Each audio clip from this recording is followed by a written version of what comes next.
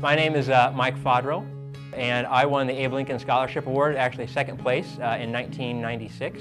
I have cerebral palsy. It's affected me since birth.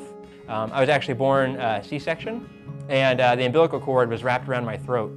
So probably it was cutting off a little bit of oxygen into my brain. Growing up, I was extremely obese. I had really difficulty using my left side is where the cerebral palsy kind of affects me. So when I was like 8 or 9, I was basically in a wheelchair almost full time, and the doctors thought that I would have to use a wheelchair for the rest of my life. They just didn't see any way kind of around that.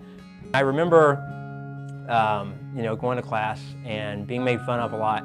But I remember, particularly, the girls would make fun of me, and that was, kind of at the time when I'm starting to, like girls a little bit or be interested in that, and them laughing at me and saying that, no girl would ever love me, nobody would ever be with me, I'd be alone, the rest of my life, that I'd never amount to anything. I can remember times too, around that same time, like bringing home a report card, that had lots of D's and F's. My parents always supported me. I mean, they always pushed me and believed me, and they always told me that I could be whatever I wanted.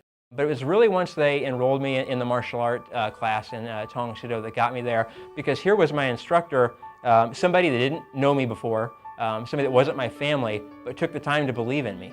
He was the first person I really remember outside of my family, which were always supportive, but to really believe in me and to set goals for me. And not just to set goals, but he expected me to do them or to achieve them. And it took me 4 years to take my first test. It takes most people 3 months, but it took me that long to be ready. And I remember on that first test, on the second try, I actually broke a board with an elbow strike. So I did that, and I remember once that happened, it kind of clicked in my head like, hey, I can do this. Like this isn't just something that I'm here as a token or whatever. This is something I can be good at.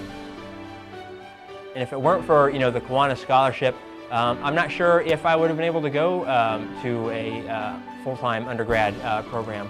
I don't know then if I would have a professional career now that I love. My job here at Tangram is really fantastic. I go out and I talk to other organizations that can help us help other people with disabilities. If you would have asked me in high school if I would be doing anything like this, I'd be like, no way. There's no way in the world I would ever be working with other people with disabilities because I don't want to be seen in that same light.